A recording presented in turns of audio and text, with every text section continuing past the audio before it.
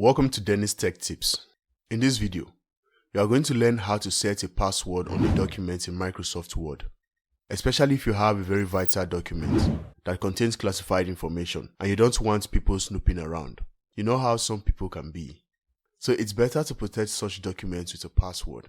Right here on my desktop, I have a document and I want to protect this document with a password because my colleagues seem to be very nosy. To do that, I'm going to open the document in Microsoft Word and click on the File menu. Within the File menu, select the Info option and click on Protect Document. After clicking on Protect Documents, you get this little menu. And right here, you can set your documents to a read-only document. You can encrypt it with a password, restrict editing, and restrict access. But in this video, what we are most concerned with is the Encrypt with Password option. Immediately you click on the Encrypt with Password option, you get this little dialog with a caution note, warning you that after setting your password, when you lose or forget the password to the document, you won't be able to recover it. So I will advise you to use something that you will always remember as a password. Or better still, write it down somewhere so you can remind yourself whenever you forget. After going through the caution notes and understanding what is at stake, you can then proceed with setting the password.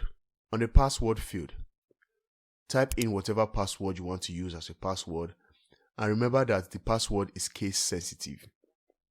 I'm going to use Dennis as my password and then hit on the OK button to proceed. Once again, it's going to need you to enter the same password for confirmation. When you are done, click on OK. Now I have this document protected with a password. When you click on it to open, it will ask you to enter the password to access it. So I'm going to type in Dennis and then click on OK. So that's it. That is how to set a password on a document. If you find this video helpful, please give it a like. To see more content like this, subscribe to the channel and turn on post notifications so you get notified when I post a new video.